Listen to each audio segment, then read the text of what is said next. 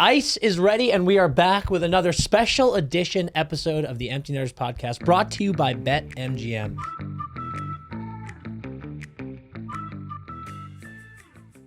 We are joined by our dear friend Liam Cullagh. Thanks for having me, guys. It's just a pleasure. The pleasure is ours. Pleasure to be here. We are today going to finish this trilogy and break down D3, The Mighty Ducks. And we have another version of the Mighty Ducks films. You have never seen any of these. No. It is Tuesday today. Uh-huh. When did you watch one? Last week. Okay. And then last night I was like, oh, fuck. Forgot about 2. I was going to watch 3. So I watched a YouTube video recap on 2, which I feel like I got it. I'm sure you did. Yeah. Oh, yeah, I'm sure you did. And then jumped right into 3. Last night. Yeah. Boom. What do you think, we briefly discussed this, what do you think your excuse is being a Boston kid who is familiar with and a fan of hockey, never having seen these movies? I don't know. And I feel like it's almost not my fault because someone should have. I knew about it. I was aware of the movie the whole time, just never watched it. I knew about how awesome it was. Yeah. All of it. So you're saying a hockey buddy of yours should have been like, yo, Well, watch I mean, this movie. I think I put it on his parents a little bit too. Like, how is that not? My dad's a big hockey fan, but I would go out to say that my dad's definitely never seen Mighty Ducks, and he probably doesn't know what it is. Doesn't know what it is? Yeah. He's not really tapped into the movie world. It would be one of the funnier moments of my life if we got Liam's dad and we were like, remember how like the Anaheim team used to be the Mighty Ducks? And he's like, yeah. And we're like, that's actually based on a Disney movie. If he was like, you're shitting me, I think I would fucking piss myself. Yeah, me too. And I didn't know that either. Oh, That's so that crazy. scene in this movie, you were like, holy shit. Yeah. That's actually kind of cool. That is actually really cool. There's a part about that I want to discuss, but I'm not going to jump ahead. But yeah, that's awesome. Yeah. And I actually had a thought. Allow me to jump ahead. That Eden Hall Ducks thing, that should be like a reverse retro of theirs. Like it should say Eden Hall. Wow. Yeah, in the league. They should And wear like the Eden pro Hall team. Ducks. Oh, yeah. Like if they, because like the teams do like those reverse retro jerseys now. Totally. It's like it should say like Eden Hall Ducks on the pro team's jersey, like one game a season. That is a great call. And you'd be like, yo, dude. Totally. That would be sick. Before we jump into the plot, did you like the first one? Yes. It was great, right? It was great. I loved the third one too. Yeah. Nice. Wow. Perfect setup. Let's jump into the plot of D3, The Mighty Ducks. Before we even get into it, I want to say the first thing I thought, the score of these movies does not get enough attention. It's tremendous. Great score. Like really good, uplifting movie music. I found myself humming it for hours after I watched the movie. Yeah. What's the instrument that just plays throughout the whole thing? It's like a flute and a horn coming together. It's a horn of some sort. Yeah. Yeah. It's like I don't want to be a snob and say that I know it's a French horn. Yeah. But it wouldn't shock me if it was. I was know. watching last night and Sandra was like, a lot of horns in 90s scores. And I was like, yeah. Sports movies in general. Yeah. Coach Carter. Yeah. Yeah. We Are Marshall. Horn. All horn of it. heavy. All of it just uplifting. I wonder if that's like a thing Remember the composers, Titans Miracle horn? There's composers horns there. know. Yeah. Like when they get a sports job, they're like, get the horns out. Yeah. You know? Yeah, definitely. that's the thing they talk about. So our movie opens with a great mini montage of specifically Gordon and Charlie moments. Like really hammering home D1, D2. We get Gordon and Charlie. New credits, by the way. Great New look of relationship the there. credits. A little bit, you're right. Yeah. Absolutely. Long opening credit sequence. Long. Quite long. Really? And I thought after the first emotional scene with Charlie and Gordon, them going to like right back into, it's like they pull you into this emotional scene. They're like, produced by. And I'm like, I'm back out. I'm back out. Yeah. You would think this movie had the cast of a Christopher Nolan film based on It's the insane. emphasis they put on the cast and the production staff. Unbelievable stuff. So we then get a implication that Gordon Bombay went to Eden Hall, which is a insane implication given the plot of movie 1. Like we're pretty much told in movie 1 that he misses that shot, that shootout attempt, and gives up hope. And never plays again. But it turns out he actually went to like the most elite prep school in the country. With more state championship banners than I've ever seen hang in one rink. Yeah. Is that a real school or a fake school? It's a fake school, but I believe it is based off of Shattuck St. Mary, which is like Kind of, but Eden Prairie is a place, Yeah, and yeah. like Blake is their Yeah, the like Blake fierce Bears. rival. Yeah. So like Eden Hall, and they play Blake in that game. So I think it's like it's based off Shattuck's something. meets Eden Prairie. Yeah, based off something. So we see the team accepts their scholarships in their Ducks jerseys, which I can't tell if that's insane or awesome. Yeah. They basically, Eden Hall has taken on the entire Team USA Ducks team and has given them scholarships to be the freshman JV team. Which I thought it was weird that, because this is a theme throughout, but it comes up in this moment where somebody's like, it's a publicity stunt. Like, they only gave them scholarships because, like, to boost the school. But I'm like, they are sick, though, theoretically. Like, they literally just want to go. Weren't teams, like, fighting over them to give them? Like, what publicity stunt is it? Agree. I don't understand that at all either. Yeah. It's odd. So we see Eden Hall bringing in Team Ducks. Dude, can I actually say something about this? When I used to watch this movie, I used to think this was the first massive glaring plot hole because I was like, this is so dumb. Yeah. That they all go to the same school. But dude, then there's some kids, dude, like on the U.S. national development team that this past year all went to BC and just like our boys, and like they were aligned at the development program. Now they're the freshman boys on BC. They like set hockey scoring records. They're all drafted like in the top 10. Yeah. And I was like, that was actually sick that you guys were like, we should just play together. So when I watch this movie with context now, I'm like, you should do that. Like every team that is nasty in Pee Wee should be like, we should all go to the same prep school. That would be sick. Yeah. So plot hole removed, dude. That was actually money. Yeah. Pretty wild. Also, the cast looking actually like freshmen in high school was nice. Yeah. It was nice to see. Cool, right? I was like, okay, they do look like freshmen. Yeah. And then you get to the jocks, and I'm like, yeah, but jocks should look 30 in this movie. Yep. But them looking actually like freshmen helped Great call. With today's day and age, breath of fresh air. It really was. I mean, like, that's really nice. No 5 o'clock shadows on the kids. Just real. Just like bulging muscles for a 14-year-old. Great like, call. come on, what are we doing here? But we see them accept these scholarships. And yes, Liam, you're right. There is a overwhelming feeling of bullshit from certain members of Eden Hall. Yeah. Can't believe the audacity that these gold medal winning World Juniors players could get a scholarship to play at this school. That's very interesting.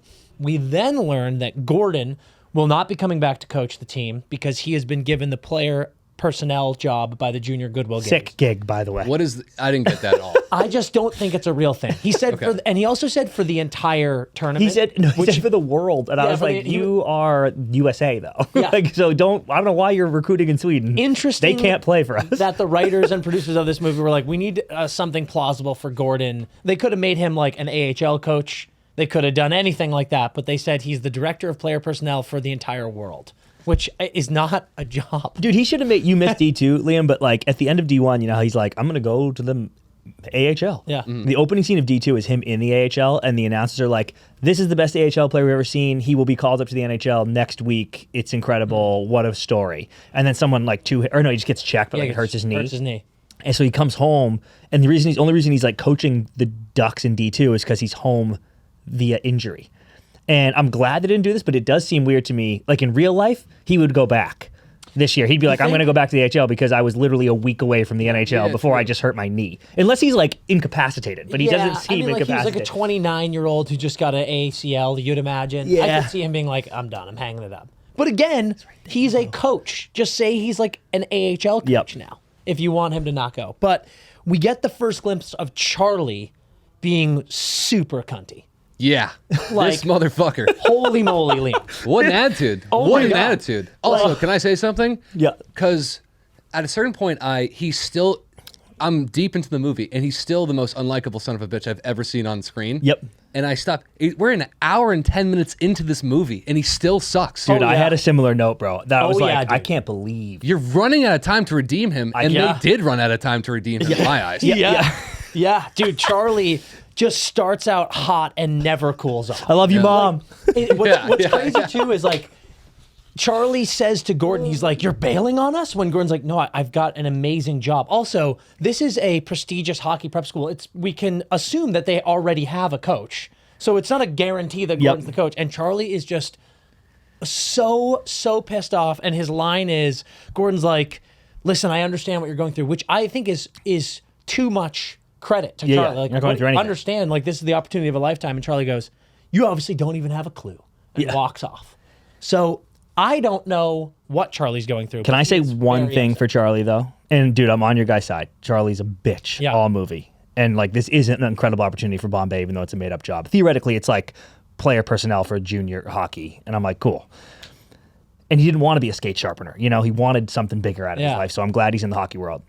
But the implication to me was that Bombay did sell all the Ducks on going to Eden Prairie or Eden Hall because he would come coach. Like, that's what it sounds like. Charlie's reaction to me makes it feel like Bombay was like, let's all go do this. And then now he's being like, bro, I got this job. I think the only reason you're saying that is because of the next scene here is we get a little bit of a montage of the Ducks on campus. And we see this Harvard-level campus. In here, we get some exposition that Portman is not coming because... And Fulton goes, Bombay bailed, so he bailed. Yep. But that's really the only line that implies whatsoever... And Charlie's reaction, which is bananas otherwise. Which is bananas. Where is that conversation taking place, by the way? Like dude, a random pond. Why are they both? They're both dressed nicely. Yep. The first one. Yeah. They're like, you're not coming. Liam, which is a perfect segue into like I believe it's right after they're all wearing their jerseys, accepting a scholarship. Oh, okay. But cut to the rest of the Ducks are walking around on campus, and by the way, we have a great moment where Kenan Thompson goes, not a lot of black people on this campus. And Julie just changes the subject immediately to the new coach. Another great Kenan quote from that exact scene. They're walking around, and someone says to Russ, Kenan, goes, all you do is watch TV. And he goes, shoot, that's the safest thing to do in my hood. Dude, how did I miss that line? And I was like, all right. Yeah, that's the funniest. 1996. Yeah. He is from South Central. He is from South Central. So we then get all these Ducks on campus. We learn that the captain of the varsity team's dad is going to have the board revoke their scholarships, which is that a thing in high school? I don't think so. Yep. I think that's kind of a crazy little tidbit of information there. But this is where we get into the other Ducks, Charlie, Goldberg, I think Averman, Fulton, who are doing another rollerblading montage. Yeah. How did Charlie go from on campus in a shirt and tie to the middle of the streets of Minnesota rallying up the Ducks again? I think it's like a day student thing. Like this prep school for the Minnesota kids is like right here. So Charlie could be a day student, but like Russ is living there. Yeah. Or whatever. That was another big thing in this rollerblade thing where Goldberg's going down, but also for the rest of the movie, continuity errors. Holy shit. There's one where Liam. He's going backwards and behind him is a street with traffic going by. They cut away, cut back, the street's gone. Yeah. He's just, the alley's longer now. And it kept happening where I'm like, oh, he's going into traffic. Nope. Somehow he's not now. Yeah. And then finally Charlie gets him and they are going into traffic again. Dude. And then these two go across a busy freeway overpass, jump clean over a 6-foot railing, and then land on the street below with the rest of the into a perfect flying V. Yeah. Also, dude, that was preposterous. Insane. Also, so obvious when it's a stunt double skating. Yeah. Oh, yeah. Yeah. They don't even try. No. It's so evident. And like, no offense to the actor, but like the stunt double has miraculously lost 45 to 50 pounds. Yeah. And you're just like, oh, okay, that's not Goldberg. Okay, I had a couple things here, Dan, with that. The jump was insane. This is kind of harsh, dude, but like, and this is a problem, I believe, the whole movie, but Charlie is horrible in D1, right? And like, he makes the penalty shot, but even when they pick him, they're like, no, let Banks, or no, he Banks her, but they're like, let someone else shoot it, let Jesse shoot it. But Bombay's like, let him finish what he started. He had the breakaway, like whatever. He's been practicing the triple deke. He scores. In D2, he takes himself out of the gold medal game because they have a roster spot issue, and he's like, I was a better coach than a player. Like, let me not play. So then in this movie, and we'll get into this, but like his fucking ego in this movie, when I'm like, you have blown for 2 movies, but more importantly and more specifically, where did he get that green duck shirt with a C on it? Because he made it. He's not the captain in D1, and then in D2 they have different jerseys. So I'm like, did you customize? It's also a throwaway line, dude. To your Ducks jersey, and you're wearing it to the first day of school, you prick. Yeah. Dude, that is insane, dude. He's never named captain by the team. Literally, Gunnar Stahl in the handshake line goes, "Good work, Captain Duck." Yeah. When he's so bad, he's a coach. And he's talking to the girl in his Ducks jersey on the first day of school. Oh, Liam. And she goes, what are you, a jock or something? Yeah. He goes, yeah, I'm on the hockey team. He's literally wearing a personalized hockey jersey. There's a name on it. It's unbelievable. Linda, gotta clean it up. Dude, so that's crazy. We get into school. Yep. We've got the kids on campus. The dean shows them about Brazilian fire ants and how it's a community. Awesome. Really good stuff. Awesome. Good speech. Awesome. The history Yep. teacher after that. Yep. Oh, standing on the shoulders of giants. I was like, This is fucking dude. Such good plot juice with the fire ants. Oh, like you see the plot. They're like, these are Brazilian fire ants. I'm like, I wonder if we'll ever see those again. Yeah.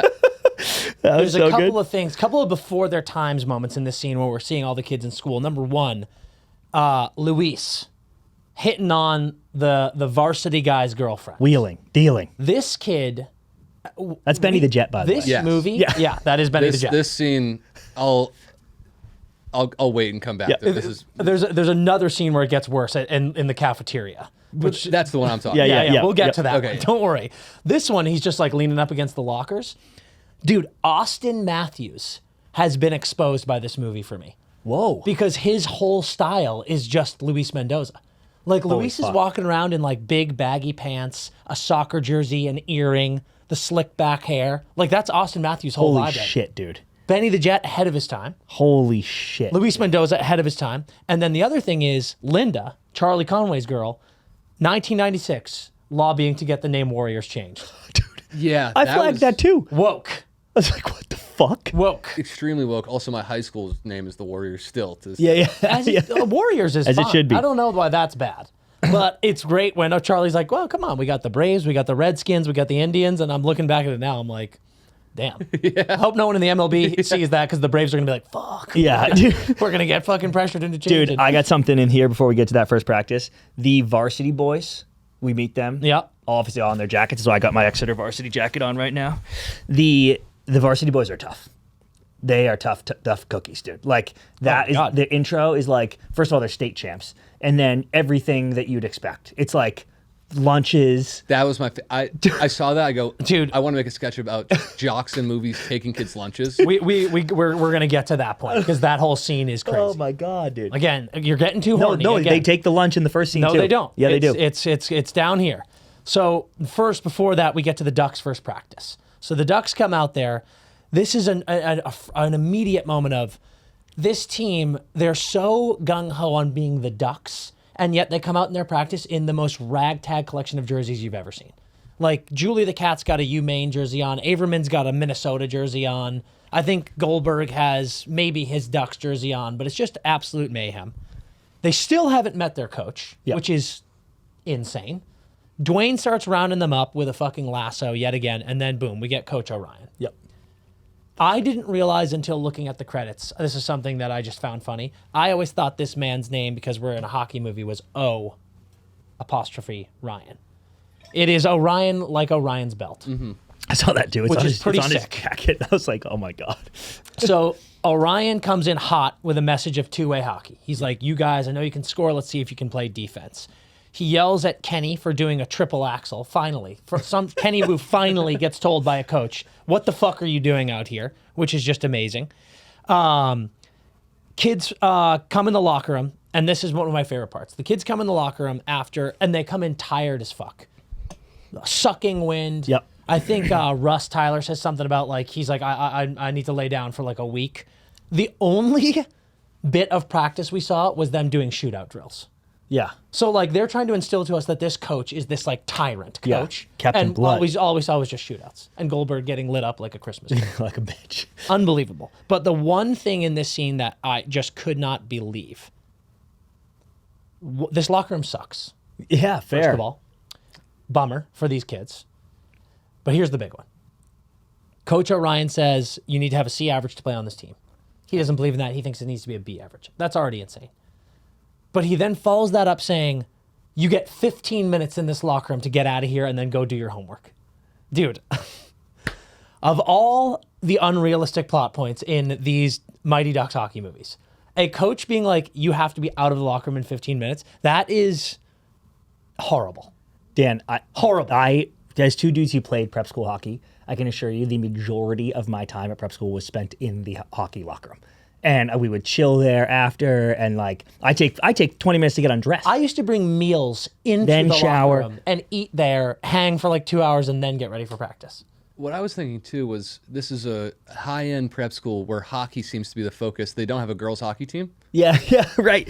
In Minnesota, They have one. Yep. Liam, we don't talk about that in these movies. Yeah. Connie and Julie the Cat just on this team, getting dressed and changed in the locker room. No one cares, and just apparently no girls' team. Very interesting. Very interesting. You know how, and this is whatever, but like, you know how in Friday Night Lights, the TV show, we follow like 5 dudes, right? But every practice, there's like fucking 40 guys out there. Yeah. Because it's a fucking football team. It always blows my mind how there's just 8 ducks. And they're like, this is the team. Like when they come in the locker room scenes, I'm like, you couldn't have grabbed 10 extras? Yeah, it's wild. Because I'm like, there's 8 of them. Dude. It's like, really what are we wild. doing here? There are 2 of them are goalies. Yeah. Yeah. Like That didn't really hit me until right now. That makes no sense. They can't put out two. And also, there's no discussion of like who plays where. Like Portman and Fulton play defense, but otherwise, there's like no defenseman on Dude, and every time they change in the movie, Dan, like later in scenes, they just yell like one name. Yeah. They're like, Fulton, change. Fulton, And I'm like, because you're running 8 guys. It's like a beer league on Wednesday. It's insane. So in that locker room scene, we also learned that Banks is playing Varsity. Brutal shakeup. Not a lot of screen time for Adam Banks. Yeah, he gets killed in this movie. Gets killed. Goldberg is the backup, and Charlie has had his C ripped off his jersey. Yep. We then get our next moment of butthurt Charlie. Hans is back. Yep. Wait. Before Hans, few things on that, real quick. Insane to pick. That was a 20-minute practice. And he's like, here are the lines, and Banks, my you're on gosh. Varsity. And I'm like, what? Like, what happened? Just crazy stuff. And 2, I will say, fucking Orion is right to Charlie there. Like when he's like, dude, first of all, I don't know when Bombay made you Captain Charlie. Stop running your mouth. But second of all, even if he did, Orion goes, this is my team now, dude. Like I don't give a shit what you think. And everyone's freaking. Even the other ducks are like, but that's your job, Charlie. They made Dwayne so dumb in this movie. Like he can't understand. Dwayne anything. has gone full Kevin Malone in the office in this movie. Yeah. He is like legitimately mentally But Charlie, challenged. I thought you were the captain. Yeah. But I couldn't tell if he was doing a bit. Yeah, it's like, what the fuck? Because he was doing a bit to the coach, kind Yeah, of. right. Then he would just continue To doing his friends. Yeah. Yeah. He didn't stop. I'm going to break my own rule and jump ahead later when they're on the bus and find out about their scholarships. And Dwayne's like, Russ, what just happened? And Russ is like, let me put it in words you can understand. Adios, amigo. And you see Dwayne sit back and go, adios. Yeah, he mouths it. Yeah. I'm like what? This kid is So yeah, fucking I'm simple kind of jack. on Orion's side here where I'm like, Charlie can fucking chill out. Dude. Yeah. Yeah. Captain TBD. Dude. Somebody fucking hit this kid, dude. Yeah. Yeah. I mean, Charlie's the worst. Slap this kid in the teeth Yeah. real quick. So Hans is back. Yep. Charlie goes and talks to Hans. Hans shares that Orion left the North Stars when he was still in his prime, so he's not this washed-up guy. Teaches Charlie that he needs to be open to learn new things, just like classic Yep. Hans messaging. And Charlie's like, fucking whatever, dude, and just bails. Yep. So, he's not even listening to the good voices of reason Yep. in this world. Now we get to the cafeteria, guys. Dining hall. dude. Varsity hockey is literally, to your point, Liam, stealing lunches. And why does Kenny Wu have bagged lunch? Kenny Wu is living on campus. Yeah, he's not a day student. He's from San Francisco. Yep. He is not a day student. So I don't know why he has bagged lunch. Who's making to those begin with. lunches, dude? We got Him, which is even Dude, he sadder goes- visual. yeah. He's like in his dorm room on a during hot plate or during something. study hall, he goes to the grocery store because meal plan's expensive, and he comes back and he's making sangos, dude. Good for So- him, smart Yeah, kid. Yeah. There's been a theme, Liam, with the first 2 breakdowns of this movie. These movies are way hornier than they have business being. Like, we've got horny Coach Bombay in a bunch of the movies, horny Team Iceland in the second movie. In this scene, we see Luis Mendoza hitting on the varsity girl, the cheerleaders again. Yep. And drops a line that he says all he needs is 5 minutes after school, and then he'll be the happiest man on earth. Which the self-awareness there, I can Appreciate it. appreciate because he's probably a virgin, Yeah. Miami I don't kid, know. though. Miami Luis, a kid. Miami kid. but he's 14. He's gotten head before. He's gotten At head least. for sure. At least. Yeah. Okay. So Yeah. that's probably it. Yeah. Yeah. He's gotten Maybe he's popped just looking off, to but get- he's like, dude. He has the confidence of a 14-year-old who's gotten sucked before. Yeah. Yes. Which is, you think you're God. So what'd you think about that wheel session? Well, it's not finished until he then crawls under the table and is getting upskirt shots, dude. This is a kid's movie. Kids movie of him against their knowledge, these girls' knowledge, looking up their skirts, and then breaks the fourth wall dude.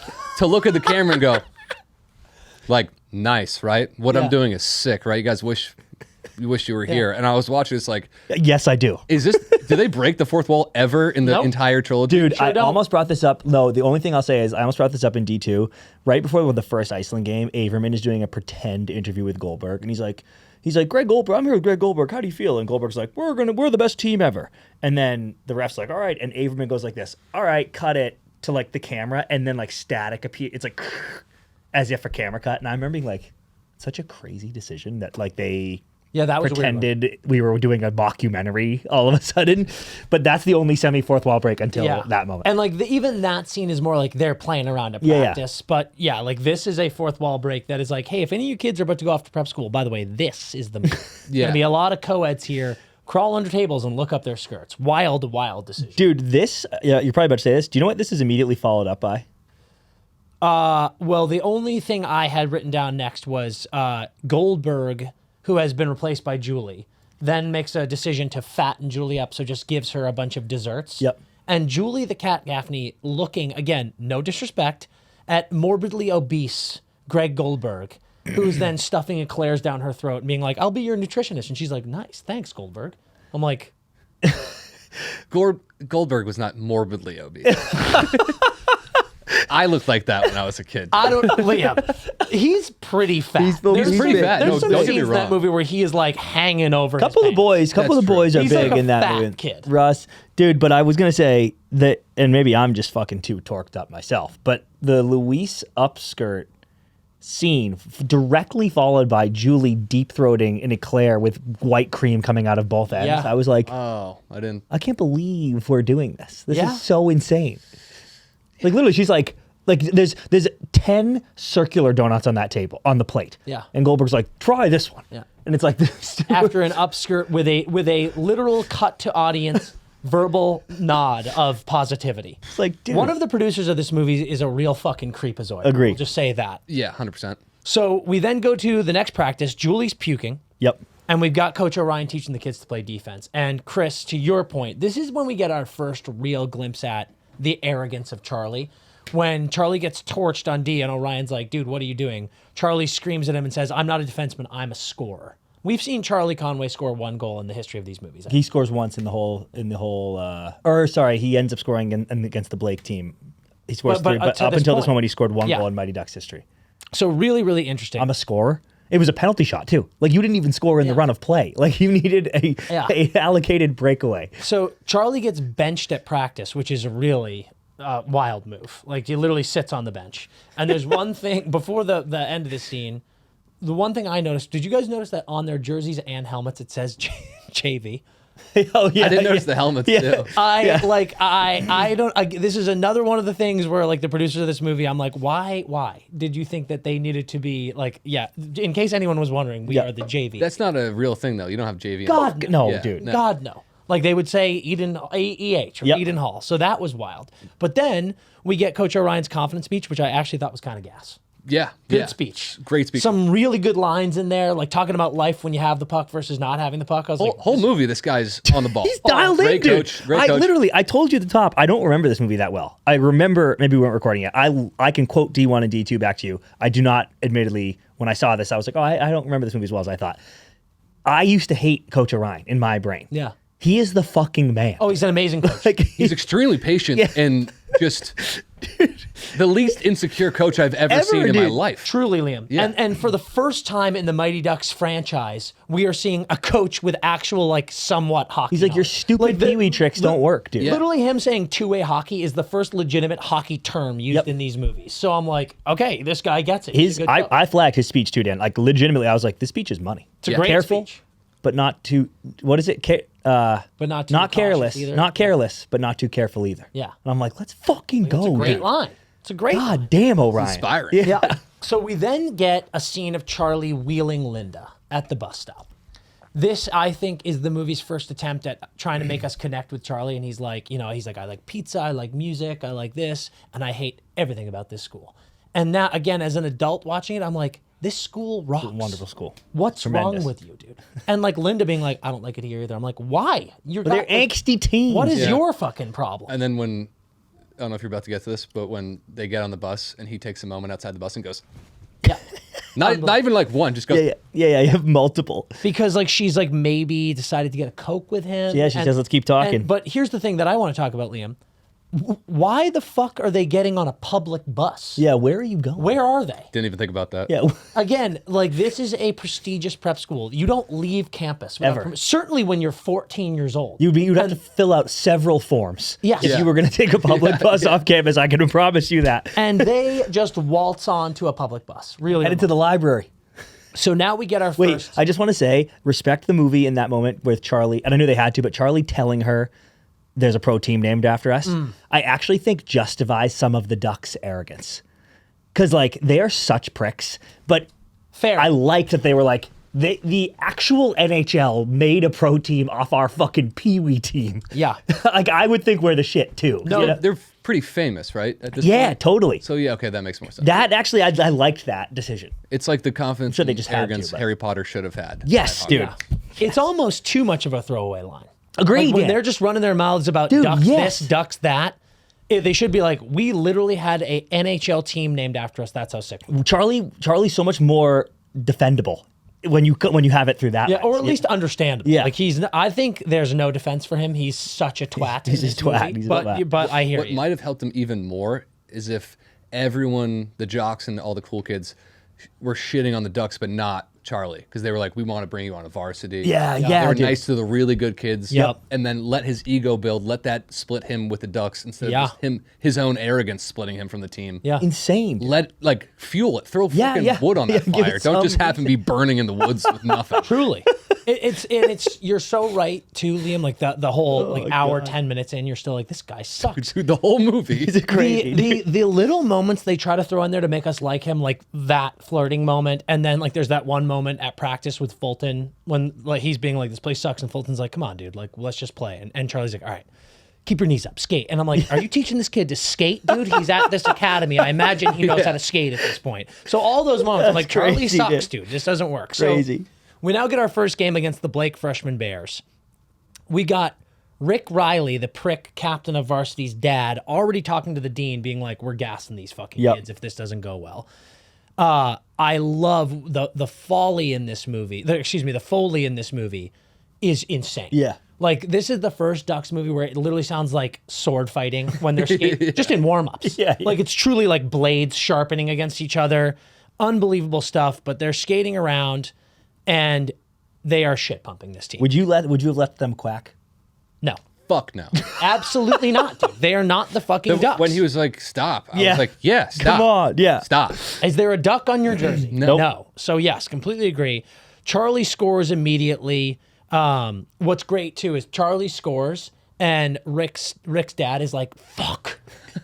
Like, again, this guy's on the board of this school and their team scores and he's like, God fucking damn it. Like, just these such insane villains in these movies. It's unbelievable. We got a Dwayne vintage goal doing his little stick tricks. We got a Fulton vintage goal with his clapper. And I don't know if any of you guys noticed this. Fulton scores that goal, hits the kid in the glove. He spins around and tosses it in the net.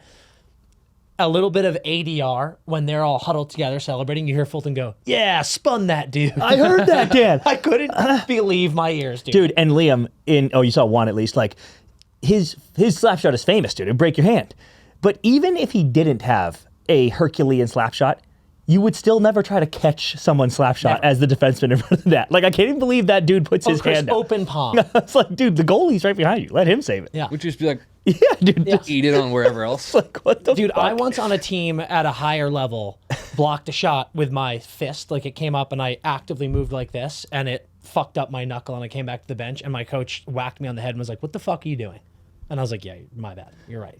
Let alone Yeah. open palming a fucking puck. Dan, I was also bummed that Luis can no longer stop. Like, I thought in two, Luis Great can't call, stop, CP. and then in the gold medal game, he stops for the first time. And he's like, I did it. Yep. And then now he can't Now stop he can't anymore. stop And I'm like, again, gets a scholarship, can't stop.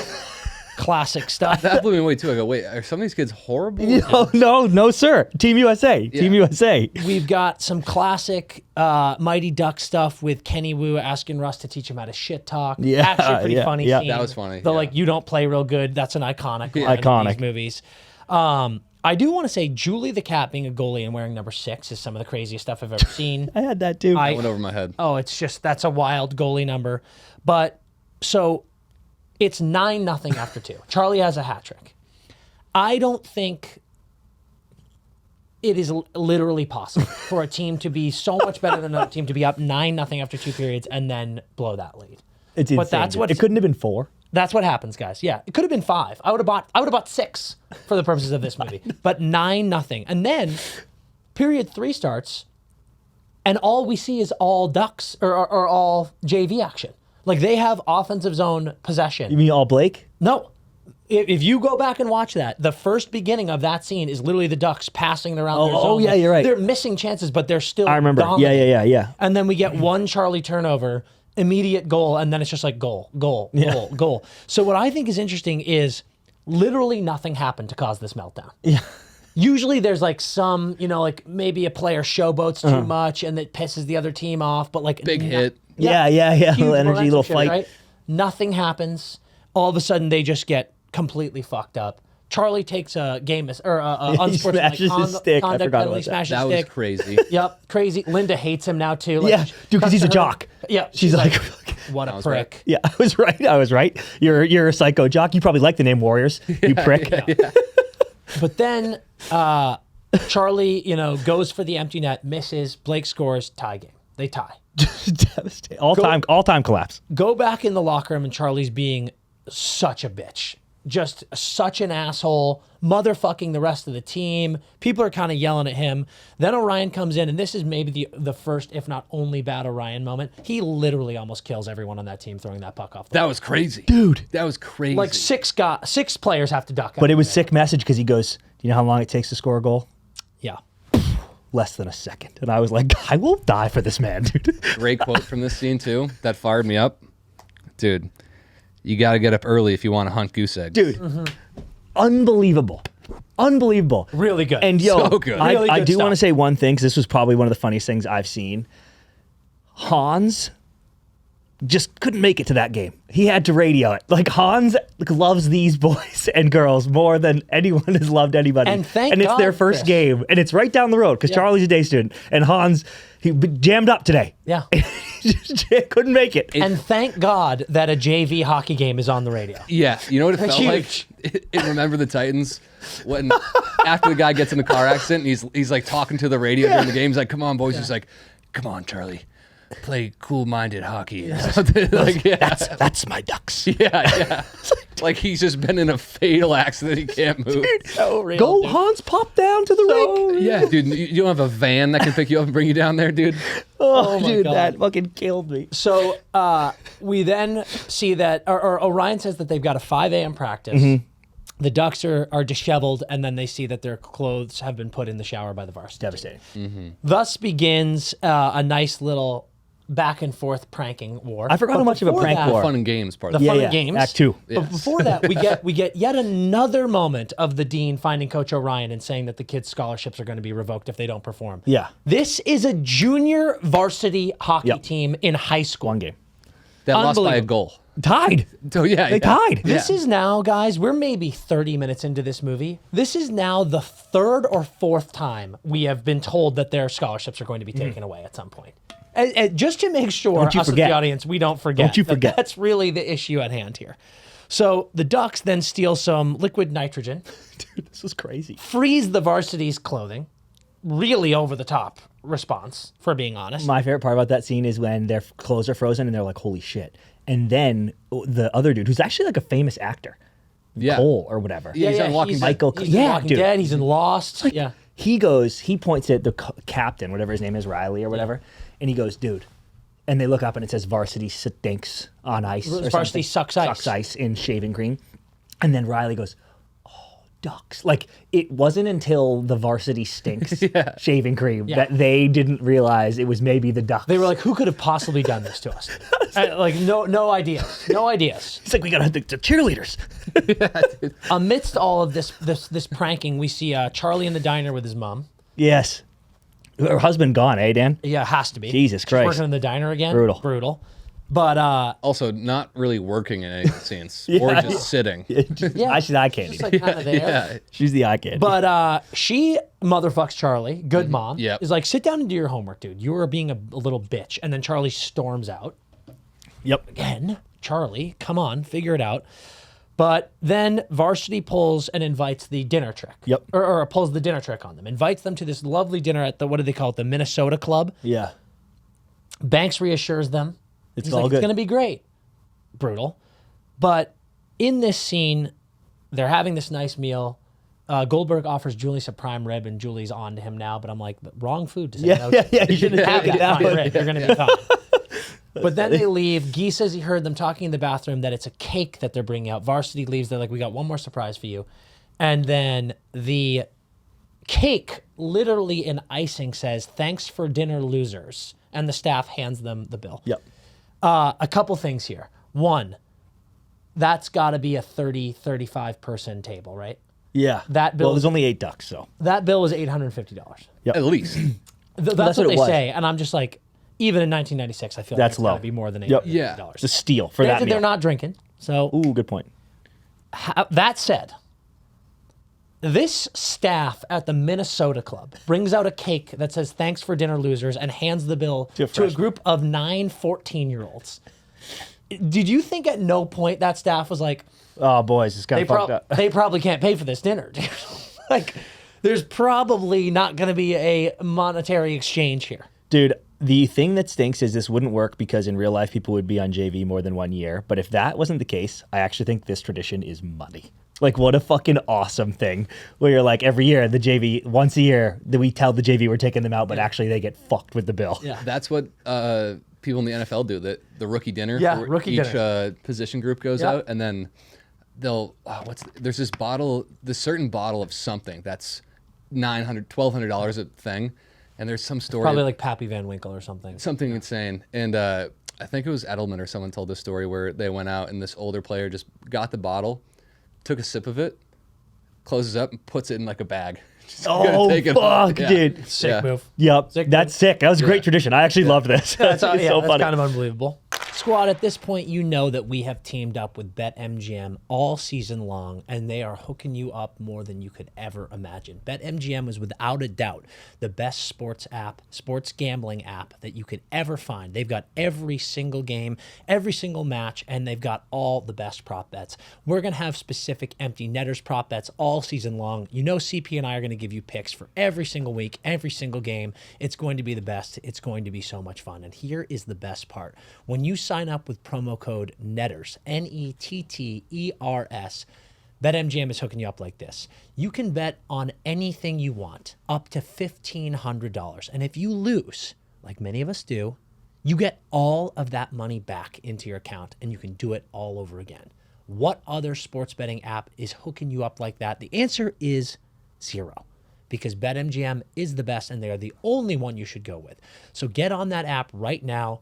Get linked up with BetMGM and make sure you start riding these picks with me and CP all NHL season long. It is a no-brainer. Gambling problem? Call 1-800-GAMBLER. Available in the U.S. Call 877-8-HOPE-NY or text HOPE-NY 467-369 in New York. Call 1-800-327-5050 in Massachusetts. 21 plus only. Please gamble responsibly. Call 1-800-NEXT-STEP in Arizona. 1-800-BETS-OFF in Iowa. 1-800-981-0023 in Puerto Rico. First bet offer for new customers only. Subject to eligibility requirements. Bonus bets are non-withdrawable in partnership with Kansas Crossing Casino and Hotel. See BetMGM.com for terms. U.S. promotional offers not available in New York, Nevada, Ontario, or Puerto Rico.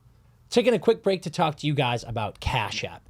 You know, there are tons of these different apps out there on the game when it comes to sending and receiving money, but Cash App is the only one that cares about you and your finances, because with Cash App savings, the money that's sitting in your account is actually going to grow. You are going to build wealth when you start using Cash App. So get rid of all of these other apps that are just terrible. They have such bad search engines. You can never find your friends on there. All the handles are so messed up and weird. Cash App is just clean. It's easy, and it's literally helping you. Get rid of everything else. Make sure you get on Cash App whenever you need to settle up a bet, whenever you need to go halvesies on something. Maybe you go out to dinner, maybe you get a few drinks with some of the friends and you need to split up the bill. Cash App is the easiest and best way to do that. And also, they're taking care of you while you take care of your finances. Get on Cash App today. Pausing the pod really quickly to talk to you guys about our new partner, Fireball. You know the Fireball shot. When I say it, you can taste it. Listen, when I'm going to say it one more time, Fireball. Close your eyes. You tasted it right there, didn't you? That cinnamon flavor, that perfect, smooth, go down easy cinnamon flavor. And listen, Fireball is going to get your game day ramped up. Right now, we in football season.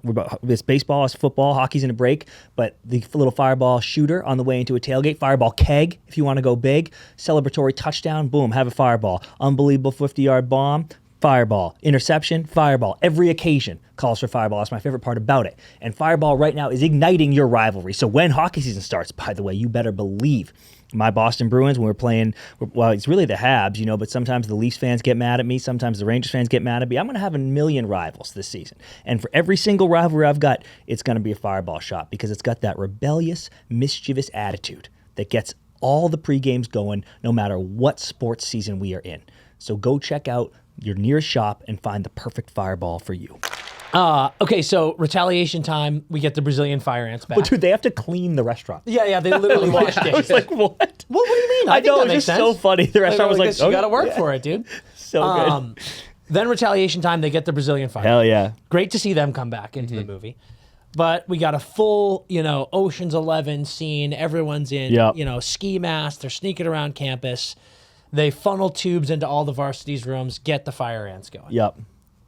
So one Last thing straw. really stuck out to me in this. Scooter, the goalie for varsity, Yep. who, by the way, is Gunnar Stahl.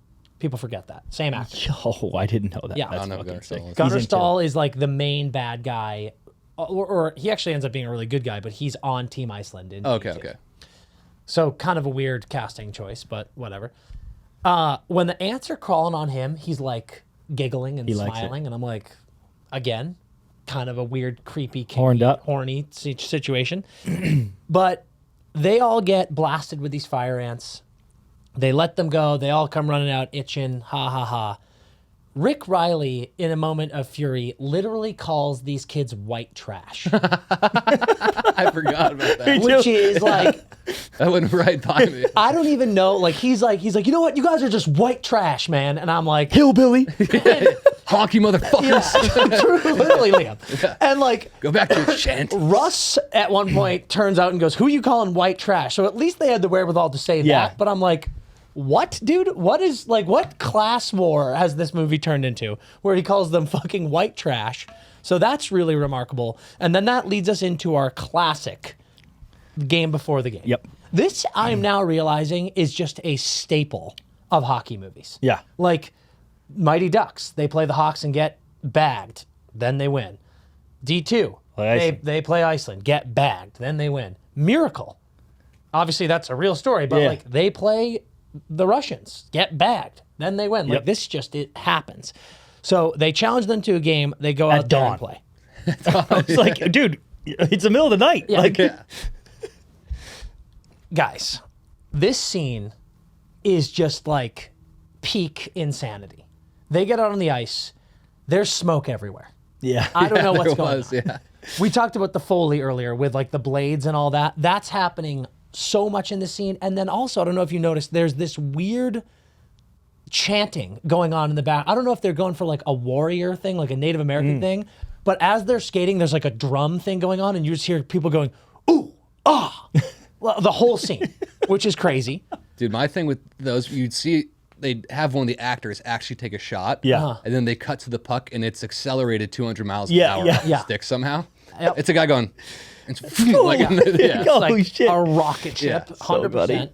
They get to the center ice faceoff. Banks tries to apologize to Charlie. Charlie's having none of it. They get Yeah, to the faceoff fucking dot, hated and that. Riley says first to 10. You know how long that could take? Yeah, right. Never even heard of that in like No. who plays hockey, pick up hockey? Yeah. Like, No one has ever done that. There are goalies in net, and they say first to 10. Absolutely insane. They're going to miss first period. He's like, dude, sorry, it's 5-4. But as you could expect, things go very poorly. Yeah, it's horrible. Varsity's just beating them up. They try the flying V. It gets destroyed. They're down 3-4-0 before fights break out. We also get a quick shot of Scooter's mask. Pretty racist. Oh, we got yeah. like Wait, Chief. I missed it. It's like, I'll get a photo of it. It's like Chief Wahoo style. Yeah, It's good, like a good. really stereotypical Native American just like screaming, which is, Yep. great stuff for a 1996 movie. But fight breaks out between Banks and Charlie, turns into a whole brawl. Coach O'Ryan comes out, breaks it up, gets everyone out Yep. there. Charlie, Thank God he was up at dawn. thank God. Yeah. Thank God. Charlie continues his behavior, bails on the team. He's like, fuck this, fuck you. Dude, I'm out. Orion goes, my favorite line in this scene is when Orion goes, you just lost your mental edge against the varsity. And I go, which was fucking zero. Like, what mental edge did we have? He tries to glaze it over, Chris, by going, whatever mental edge you might have had. And I'm like, there was fucking none. Maybe the varsity kids seem pretty insecure with their presence. Yep. So they are threatened by the Ducks. Yeah. That's so fair. They did lose that by getting on the ice with them before the game. Good point. It's a very, After he very said good point. specifically, stay away from the varsity until the freshman varsity Rochambeau. That's 6 times in the movie. Yeah, that's very true. Yep. So Charlie quits. Fulton joins Charlie. They leave. Sick fucking scene, by the way. Mall of America. One of the best scenes. Say it again. No, you mean the quit scene, eh? The quit scene. Yeah. Oh, okay. Go on. Charlie's chirp to Orion. Yep. I forget what he says specifically, but it's a dagger. You're breaking up the best thing any of us ever had. And then he's like, you couldn't hack it, so whatever the fuck you're trying to show off in front of these kids. Yep. Laser, It's a dagger, dude. Dagger. Yeah. And Orion just goes, okay, you're gone. Goodbye, Conway. Yeah. You're Goodbye, right. Conway. Just looks Yeah. ahead. God, anybody that was else? sick, dude. Dude, Fulton. just the Yeah. dad. Just Yep. I'm cool with who I am. Anyone You're else, 11. dude? You can tell. Boom. That, you can There's tell another though, week. that there's a moment in there when he says that he's like, if you were 4 years older, I would knock you out. Yeah. Yeah. But he's like, goodbye, Conway. Get the fuck out. You're so right. I also noticed Fulton has Fulton on his jersey instead of Reed. Like it used to be Reed, and now it's his jersey. Wow, says is that Fulton. true? Yeah, and I was like, Amazing. Fulton, by the way, Liam, you definitely see this in the first movie, but it goes hard in the second. Fulton is the most ride or die dude who's ever lived. Mm-hmm. Like, it's really remarkable. And he is in this one, too. Yeah. Yep. Fulton joins him. They bail. Charlie goes to see Hans. Then off camera on a radio broadcast again, we hear that Goldberg is now playing defense, oh yeah, fuck, I forgot about that. which is crazy. Yep. Well, The crazy off camera decision. And then also, like in the beginning when they're rollerblading, Goldberg goes as far as to say, he's like, I can't skate. I'm not a skater. Yeah, clearly. But they're like this, will you play now for Eden Hall as a defenseman? So that's great. So Hans, we hear that the Ducks are losing a game. Yeah. The JV's losing a game. Hans literally calls Charlie a little boy. Yeah. And he's, again, another voice of reason being like, dude, wake the fuck up. And in this scene, we see that Hans is not doing well. He's like coughing before Charlie walks in. Then Charlie's even like, are you okay, dude? And he's like, yeah. So I didn't even, that went over my head a little bit, like the him being sick thing. yeah. So continue. Yeah. But Charlie's still upset about, like, he's like, he took my C away. Like, crazy. You how never had. important You gave that yourself is. the C. You gave yourself Crazy the C. how important that is. So then Charlie goes, fucks off, plays hooky, goes to the Mall of America with Fulton. Sick. They're That was awesome. Yeah, that was eating awesome. a bunch of stuff. They're going on roller coasters. They're puking in trash cans. We then see, like, really salt in the wound. We get scenes of the Ducks team at school just loving. Dude, they love school now. I was Love dying school. at that, Dan. Dwayne's learning stuff. That crazy history professor now, they love this guy. He's got more life lessons. It's unbelievable. Then Charlie and Fulton after, I mean, the montage made it seem like they've been doing this for a week. But Yeah, like, yeah. It was just a day. Yep. And Fulton's like, how long are we going to do this? And Charlie's like, dude, we're going to go to public school. Then we're going to go play juniors in Canada. You only have to be 17. So that's 3 years away. So like, I don't know if his plan's to take 3 years off of hockey and just go to public school. Either way, Fulton says he's not sure if he wants to play hockey forever. Devastating. Yet again, Charlie, not taking news well.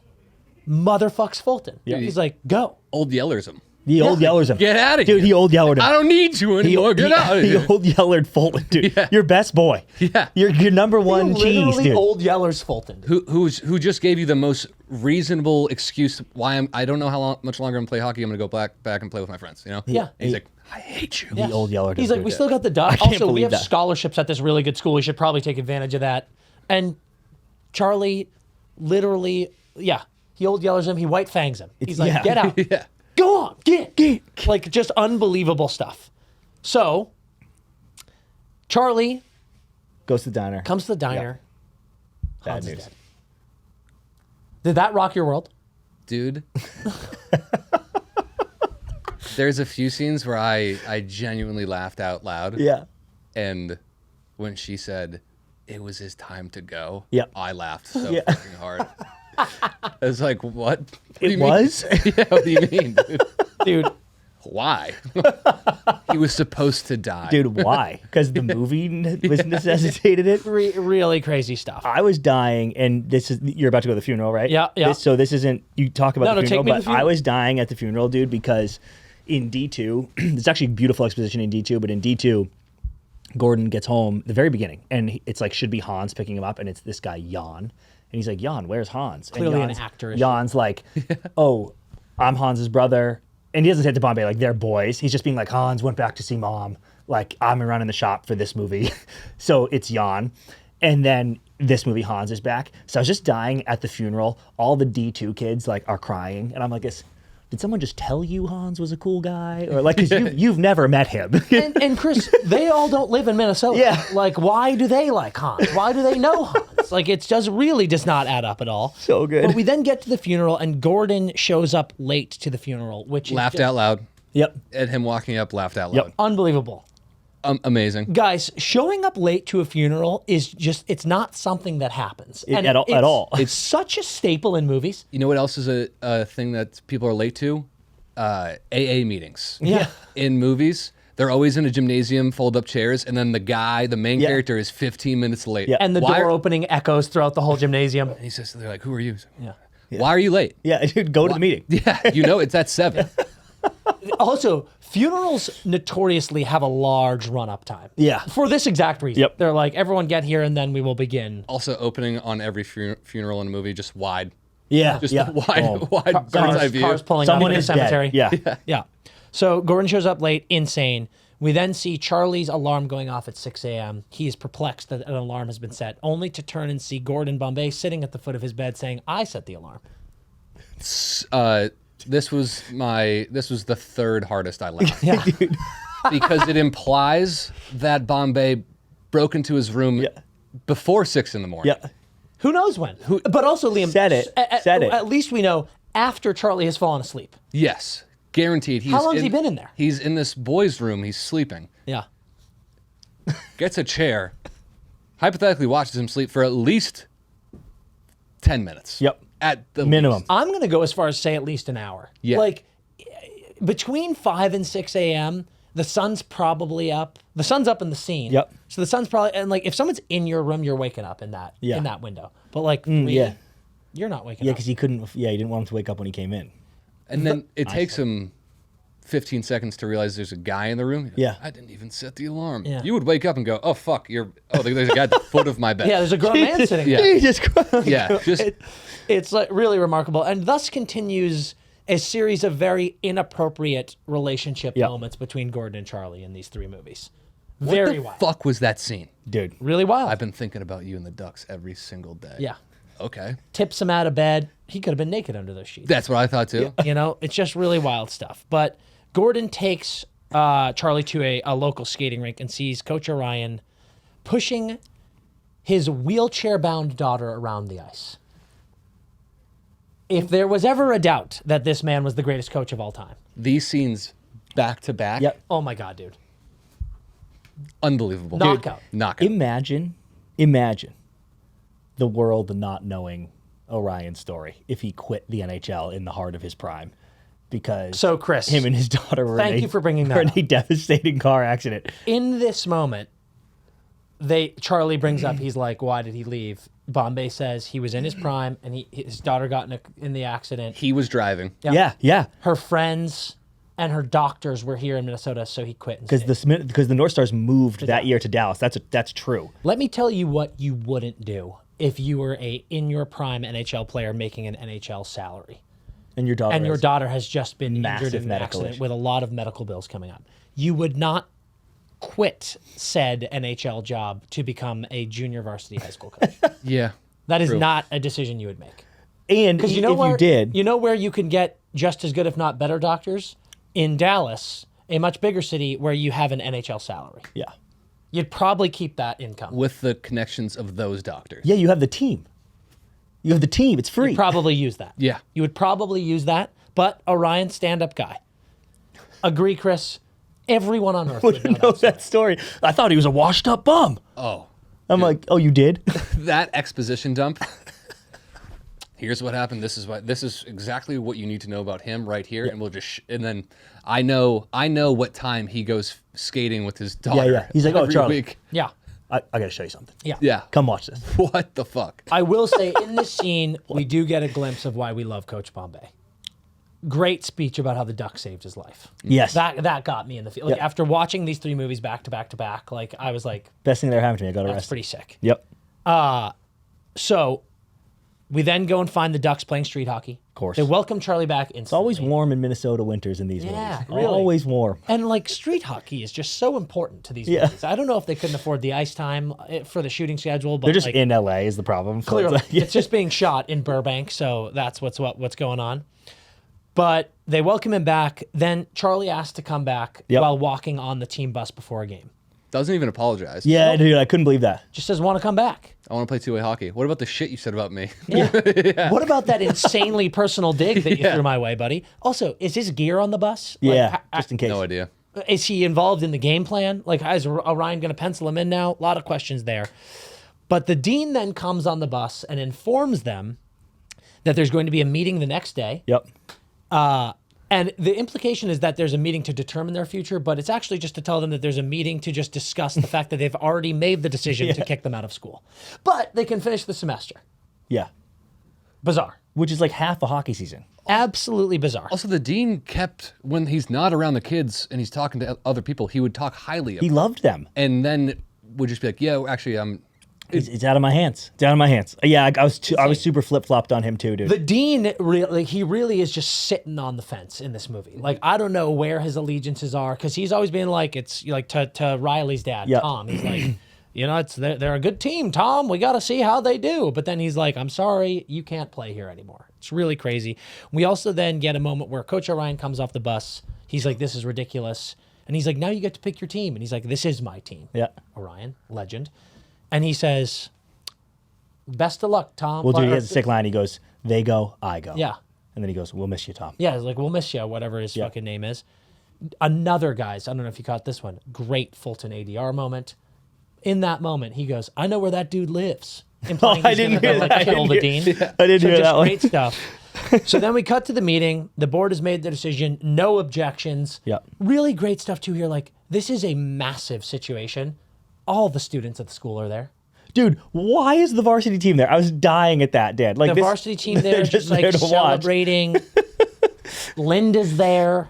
Charlie's mom's there. My brain went, okay, everyone has to go to school events all Yeah, yeah. They get forced to. That was so really good, like dude. big important school board decisions. The students should be there. But Bombay shows up and he lawyers the shit out of them. Yep, he lures the shit out of them. Lawyers the shit out of them, drops the hammer. Gordon gets significant fuck me eyes from Charlie's mom as he's like wheeling and dealing. They're definitely fucking. Which I thought he got at the beginning of the movie. In fact, like the very beginning of this movie, I was like, oh shit, they're just going to say they're banging again. And then they don't, but I was like, they are though.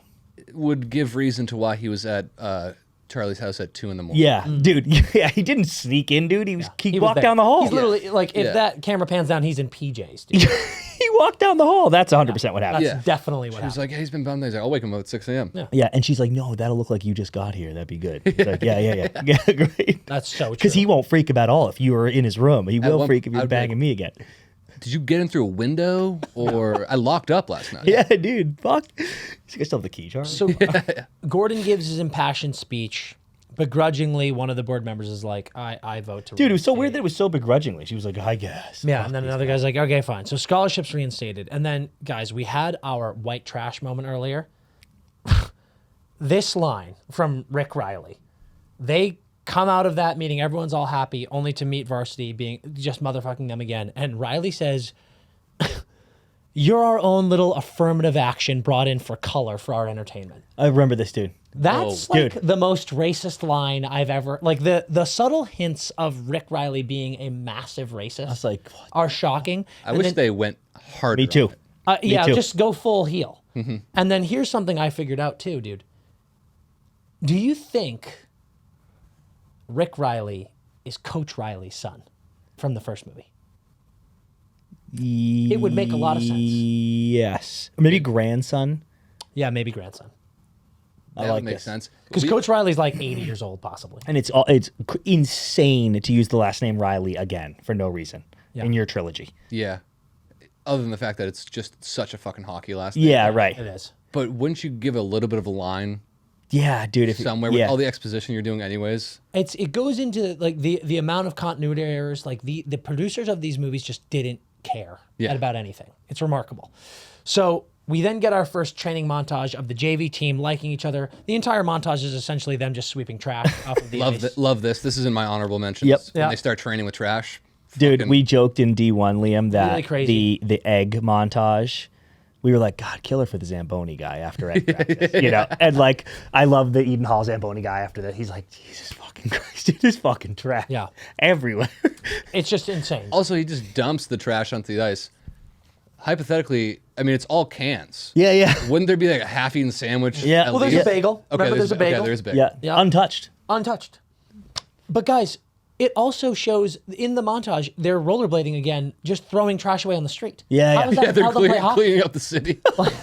The trash montage was a decent 10 minutes. Yeah, It's a lot of screen A lot of time. trash And stuff. like They started- multiple iterations of trash. It's like, Dude, if I knew that fire ants and trash would be a focal point of this, Yep. awesome. yeah, awesome Awesome. stuff. We then see a little misdirect. Looks like Orion's yelling at him, says they're not skating like warriors. Yep. Says they're skating like ducks. Give them their ducks jerseys back. Just yet another moment of spitting in the face of the new team they play for. Like, they just can't let the ducks go. Like, it always has to be ducks, which is just crazy stuff. So we then have the big game. The big game. We get to the big game. Can I say one thing on this? Absolutely. Just for the plot point. It does seem crazy to me that, as much as we want to make fun of it, it just seems so crazy to me that they didn't build in like an Exeter Andover, like, oh, Eden Hall's main rival is blank. It is truly remarkable, Chris. Because in D1 they play the Hawks, in D2 they play Iceland. Like, Also, I've got news for you. You have to scrimmage the varsity, I've got news for you. which happens never Never anywhere would happen. in the history of Earth. Never would happen. And then also, these kids just won a World Junior Gold medal. They would all be on varsity. Yeah. Yes. These are the best players in the United States at their age. They would all make varsity. Like, it just, It's there's no crazy reason that they wanted the an point of this inter-school movie battle. was to make them play the varsity. Wild. game. I will say, I heard this on the Pat McAfee show. In Ohio, wherever AJ Hawk went to high school, they would have an alumni game, which my high school had it too. Yeah. But it's flag, you know, the alumni come Yeah. and play team flag. They played full pads alumni game. And so Kirk Herbstreit went to AJ Hawk's high school, and AJ Hawk lit him up in the alumni game because they played full fucking pads alumni game. Dude. And they stopped doing it now, but Can that's a movie by itself. Yes. Can you fucking imagine? Insane. I almost would want to get teed up over the middle. I'd be like, AJ Hawk ripped my head off once. But I could also see, like, I mean, I guess it's college, so these kids are huge anyway, but I was like, I could see, like, some psycho alumni just ruining a kid's career. And just Yeah. leveling them. Yeah. You know, like, give me a break. That's fucking insane. Okay. Anyway, back Big to the game. game. Yep. Here we go. Team comes out, they show respect to Hans. Oh, yeah. With the most half-assed, like, little circle and skating and touching the ice. Now, in this moment, the announcer kid Yeah. says, the touching of the ice is a sign of, is a Norwegian sign of respect. Guys, Hans and Jan are the most German people I've ever Yep. seen in my life. Like, in movie 2, Jan is, like, talking about his famous schnitzel. Yes. Like, they are so clearly not Norwegian. So that felt like crazy, like a dude. wild, Crazy, a dude. man named Crazy. Hans who sounds the way he does Yeah. and talks about all the, like, this man is not Norwegian, but we're just gonna skate right past Yep. that. The entire arena starts quacking, Oh, yeah. Fuck, we're quacking again. really, yeah. really crazy, Including the dean. Yeah. They're including ducks. the Now he's back. They're ducks, Tom. Yeah. Ducks, Tom. Yeah. Likes him again. Yeah. So the team gets out there, they start the game. We've got a defensive battle. I actually will say, nice change of pace from all the other movies. Yeah. Yeah. Just goals galore in every other movie. This one's just a nice, gritty game. The varsity coach says, pick up the hitting. Yep. Again, feels like some of these kids, you get Children. an injury, you're going to have to Young call some of these children. players up. Feels weird to be, like, targeting them.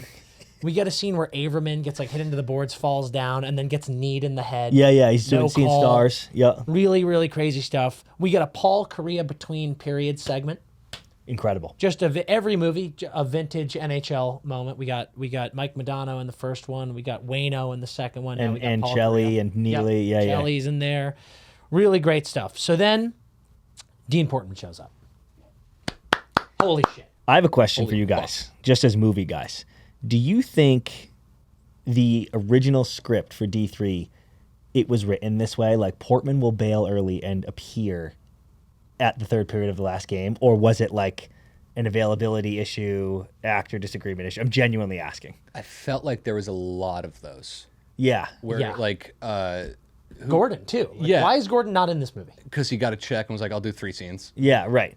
Because there's just no way that they were like, we should write Dean Portman out of this movie For just this moment. and then have a. But there's so many cooler ways to get rid of him for most of the movie. Yeah, dude. Something he gets hurt. Hurt. It's Yeah. cooler. Yeah. Yeah. Like, I cannot believe the script said that. It must have been like, hey, we can't get the actor or like something or Feels like whatever. it. Yeah. It's odd. It's very odd. insane, dude. But Dean comes back. Sick scene, though. Amazing. That being said, it totally works. It still works. However, Dean comes back. He comes in and he's reading his scholarship. So like, can you add this kid in the middle of the game? It's a scrimmage. Yeah, who cares? And point. and he brings up the scholarship. So like, whatever. But then he comes out and Tom Riley is like, what the fuck is this? Yeah, he's and got when issues. the dean could easily just go, it's a fucking scrimmage and he has a scholarship. Calm down. He decides to say, he's got a contract, Tom. My hands are tied. He's 14 years old. There's no contract. Yeah. Like, why are you using the word contract? It's like, what are you talking But about? Dean comes out, the fucking famous guy from Walking Dead is like, ooh, a bash brother. Yeah. Blow of the whistle, drop of the face off, just runs him. Like, no puck anywhere, Mm-hmm. runs him. God, these movies love this. Dean flips him over his back straight into the stands. Electric stuff. Breaks through the boards. Glass Bro. shatters everywhere. He goes Skates first. Into the crowd. Dude, there are multiple, like, I'm talking severe injuries. Yeah. Severe, like, get the ambulance, Yeah. dude. Crazy. We got another tight period. Julie the cat standing on her head. 2 minutes left in the game. Yeah. Dean takes a penalty. Killer. Tough call. Like, let's not even get into thanks for showing up, Dean. Yeah. Yeah. Yeah. You fucking asshole. Yeah. Dean then gets in the box and proceeds to strip tease to rile up the crowd. Yeah. Again, this is a 14-year-old boy. And like the announcer's like, the ladies in here are sure going wild. And it's cutting to full-grown women. Not students, full-grown women. While Dean Portman, a 14-year-old child, is getting naked. Also, when he got the penalty and then he started stripping, in my mind, I was like, did he get booted? Is Yeah, that yeah. why? Yeah, Because yeah. you're about to get You ejected. certainly are getting ejected now. You This is took gonna make it You worse. threw your helmet into the crowd. You're not getting back on the ice now. Yeah. I kept thinking that. I was like, so he just. I guess there was no more time left, right? That was. Yeah, fine. but like, Okay. are we going overtime? I don't know. Yeah. Exactly. Yeah. Also, the dean says to Tom, like he's a dance major, and I'm like, we all know he just showed up to school. He's not He studying got here anything. today, He's dude. a He got here. major too. Yeah. It's high school. High school, there's He's a fucking- freshman in high There's- school. There's assigned classes, dude. Yeah, he's taking social studies. Truly remarkable stuff. So then the Ducks take a God. too many men penalty. Yeah. We got a 5-on-3. Coach Orion puts out Conway, Banks, and Goldberg. Wild decision. But they go out there. Orion slaps the C on Charlie's chest and says to take his shot. Again, sick for a moment. defensive coach, pretty wild. But I love it. Yep.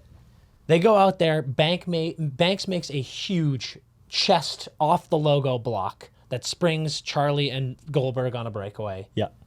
Charlie makes the pass. Goldberg scores. They win 1-0. Say what you will. Another buzzer beater. Every Ducks movie has a goal Yeah, at yeah. a buzzer, which is very rare in hockey.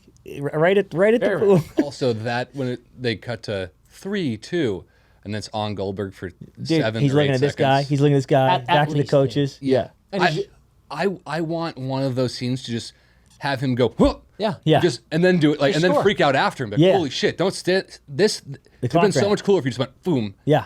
He shoots it. We see 2 varsity players come in and hit him. Like, so much. Yeah, the ref goes like this. Then it shows the puck not in yet. Yeah. You know. Yeah, that was great too. The rest like immediately this. I will say what you will. Having Goldberg score the winning goal in this movie is awesome, right? He had a great arc. Cool. Great arc. Awesome, right? He's the goalie. Probably the best arc in the movie. Yep. I would say. So our movie ends. Varsity coaches, we'll get you next time, coach. Yep. When are you guys possibly ever Yeah, playing each yeah, other yeah. ever again? Yeah. Next year, they won't be like, this is insane. Scooter kisses Gaffney on the cheek. Another just horny moment in Yep. these movies, but kind of love it. Luis is making out with Rick's girlfriend on the ice. Charlie's mom Wait, comes dude. out On that, the I had one ice. thing with Luis. Yeah, please. Dude, he says a little secret, Yeah. which implies that like he's been plugging her all semester. Yeah. I was like, dude, that is It's Benny the Jet. that is Benny the Jet, dude. Yeah. That is a Benny the Jet move. Charlie's mom's on the ice. Linda's now on the ice kissing Charlie. Charlie says, I love you, Mom. We're supposed to like Charlie now. movie ends with Gordon Bombay dropping a banner of Eden Hall Ducks over the Warriors logo. Yet again, Ducks trump all. Yeah. We get a flashback montage, or not montage, just one shot of Gordon and Charlie from movie 1. Into firework. Yeah. Unbelievable ending. That is D3, The Mighty Ducks. Just a wild movie. Yep. Let's get into our awards. We're going to start with our heart, our MVP. Liam, take us away. Fulton. Oh, wow. Fuck, I almost did that. Dude, I mean, the scene where Charlie quits, and he clearly, you can see in his face that he doesn't want to quit, and he's just like, fuck it, that's my dog. I'm out. Can't leave my boy, yeah. Yeah, and then even earlier in the movie, he's like, fucking, what's his face is not playing him out. Portman. Just a dude that's down for his boys. Yep. He is the most down-to-ride guy in the world. Best teammate. I almost put Fulton. Put Fulton. Yeah. Mine, Julie the cat. Yeah. Oh, good. Finally gets her movie. Like, she's been rides Pine Beyond. She's better goalie. So she finally gets her movie to be the starter. She makes some monster saves in the final. Monster saves. She's down to clown in the prank wars. She's looking fucking out of the Matrix, dude, up in there doing her thing. She put on the freshman 15, but that happens to everybody. And it's Goldberg's fault. And she bags the varsity goalie. And she's an A student, Tom. And she's an A student. The dean yells that at one point when she makes a monster save. So that's facts. Julie the cat. That's awesome. That is awesome. That's a great pick. My MVP is going to be Adam Banks. Wow. Fuck. Not a lot of screen time in this movie, but think about what this kid goes through, dude. Like, he agrees to go to this school with all his fucking boys and then immediately gets ripped from the team. Yep. And has to be hanging out with these douchebag varsity guys. When they're like, fuck you, you're not one of us, he goes right back to the team and then performs, has the game-saving block off the After, chest. what does Riley say to him at the face-off? Oh, yeah. He's like, you shouldn't have left us. I'm like, you kicked him off. You literally kicked him off You the did team. it. Yeah, what are you talking about? Like, Adam should have been like this, I did it. Yeah. His reaction to getting varsity was great, too. Yeah. He's like, I'm varsity? Yeah. Like, he doesn't want it. Yeah. Like, he's just like, that is a team guy. Yep. Everyone wants Adam Banks to be a cake eater, but he's not. He's not. So I loved Adam Banks' game in this movie. Let's go on to our healthy scratch. Least valuable player in the movie. I think we know Liam's. Yeah, it's fucking Charlie. Has to be Charlie. Yeah. I mean, I'm going to just jump in and say mine too. Like, as much as I wanted to find a rant, it's just Charlie is the worst. He's the worst. The actor, phenomenal. Yeah. That teenage angst and rage when he's like not looking at the coach, he's just like this. I was like, oh shit, this kid's fucking angry. He might fight the coach. Yeah. He might say something insane. Every scene I felt like that. Acting wise, amazing. Yeah. Just the character. The worst. Fucking, oh my God. Dude, I would say dangerously obsessed with ducks. Yeah. Like, there's just like so many moments. He's obsessed Because, dude, with even the in Ducks. 2, Liam, he's like, they pull out the Team USA jerseys and he goes like, what? Why aren't we ducks? And I'm like, it's the Olympics, Charlie? Like, he has like a real problem, I think. Yeah. And it's definitely. not Benny the Jet Sandlot obsessed with just, come on, we're playing. Yeah. I just want to play. It's an ego, weird Yeah. thing. Yep. He's obsessed with being a duck and being a captain of the Ducks. Yeah. He is, and you were so right. And I was thinking this the whole time. The writers clearly, like, they forgot to redeem him. Yeah. Like, they were like, dude. let's make doesn't Charlie. really. No, not at all. They're like, let's make Charlie as hateable as humanly possible. Dude, when he comes back and doesn't apologize, I'm so glad you said that. I was like, dude, you need to be like, I'm so sorry, team for. He literally goes like this, I want to play. I just want. No, he says, I wanna play two-way hockey. I want to play two-way hockey. And I'm like, and you're How about sorry. I'm I'm sorry. sorry for what I said. I'm sorry your daughter is in a wheelchair. How about that, dude? That was a fucking- great scene when Keenan sits down. I thought that was awesome. Yeah, It's yeah. the most realistic thing where he's like, I'm sorry, two-way hockey. that's great. I was like, that's exactly what I would have done. Yeah. Yep. I'm like, you're a prick, dude. Yeah. Dude. Like, and also maybe apologize to the team, dude. Like, you Yeah. walked out on your team. I was gonna go Charlie, but I thought you guys were gonna yell at me, so it should be just a 3-way sweep, Charlie. But I'll just say Charlie, honorable mention for me. Riley's dad, honorable mention for me. Ridiculous. I'm going the varsity head coach. He was really mad about the Ducks being there at the beginning of the movie, which is kind of understandable, I guess, but like kind of weird. Then he asks the current Minnesota State champions to headhunt their own JV in the second period of a scrimmage that he is tied in. He also cries about a too many men call with 2 minutes left in that. He's like, sir, too many men, and gets it. Yeah. And then, Dan, you brought this up, the audacity to go, I'll get you next year, coach, to the JV coach who just served you your fucking lunch. Dude, shut the Remarkable. fuck up. And one last thing on him, that actor is a ref in D2, so a little conspiracy here.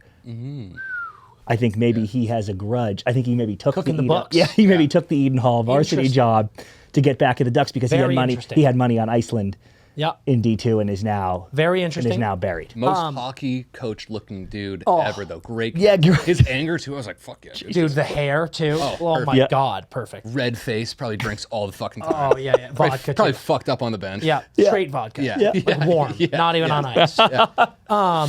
You know what I'm also now just thinking about? You were talking about how there's just not even close to enough players on the bench for the Ducks team. It's funny how a plot line in here is Tom Riley is like, you're telling me my youngest boy isn't good enough to play. Yeah, he got this?" You know, cut. Like they could probably use another body. Yeah. Bring him, Tom. Just It's give him a- JV. I don't think he can get cut from. Yeah, like you're on the board. You certainly can get your kid in this school. Like just put him on that. Get him team. out here, Tom. No reason to not have him on that. So team. good. My one honorable mention, if Charlie didn't just steal that award, was Portman. Portman was my LVP in D2. Like That's right. Again, the guy shows up and takes a penalty immediately. No, brutal. Just like not great. Let's move on to our Game 7 moment, our Gave genuine you chills chills. moment. Liam? It's tough. I have a few. Yep. Let me try to decide on one right now. Wait, you guys. I'll go first. I'll Yeah, go okay. first. I'm torn between two, but one is kind of theft from a different movie, so I'm going to go with this one. And the scene's kind of all over the place, but it's went right after Bombay has creeped on Charlie, but he brings him to the rink. Actually, I can't remember if it's right before that or when he's watching Riley. I think, or Orion. I think it's when he's watching Ryan. But he calls Charlie. He says, "You were the real Minnesota Miracle Man. I had that written down. Be that man."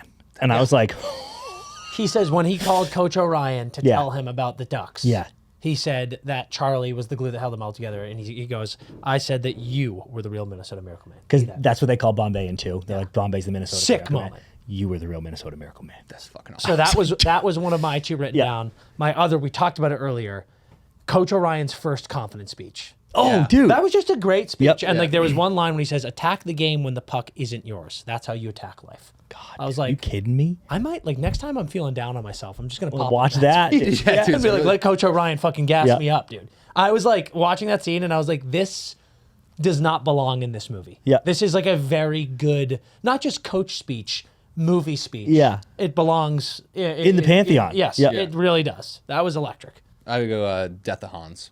Yeah, oh, dude. Yeah, because I didn't see it coming. At all. Oh, dude, that must have knocked you on your ass. Yeah, Like, because I was holy kind of shit. just like, well, I was just like, oh, it's like when they're not on the ice, it slows down, shit's happening. I was like, oh, Dude, fuck. and you know what you can take from that, Liam, is because I actually thought Did this you was know? great. Sorry to interrupt. Did you know what was happening when Charlie walked in the diner and his mom was crying? Were you like, Yeah, I was like, Hans is dead. yeah, okay. Dude, I feel like when Charlie leaves and Hans goes, "Goodbye, Charlie." Yeah. After Charlie's gone, I'm like, Jesus, he knew he was about to die. Well, yeah, Charlie, because he's coughing and Charlie's like, "You okay, Hans?" And he's like, he does something weird. Yeah. Like, wait, he's like, I thought he was like about to catch up or something. Get the fuck out of here right now. I'm about to But dude, get out of here. I'm gonna jack off one more time before I die. that would be sick. Actually, I liked in the funeral. Bombay goes, "Don't forget, it's Hans who taught us to fly." oh, That's Fucking good. That's crazy, good chills.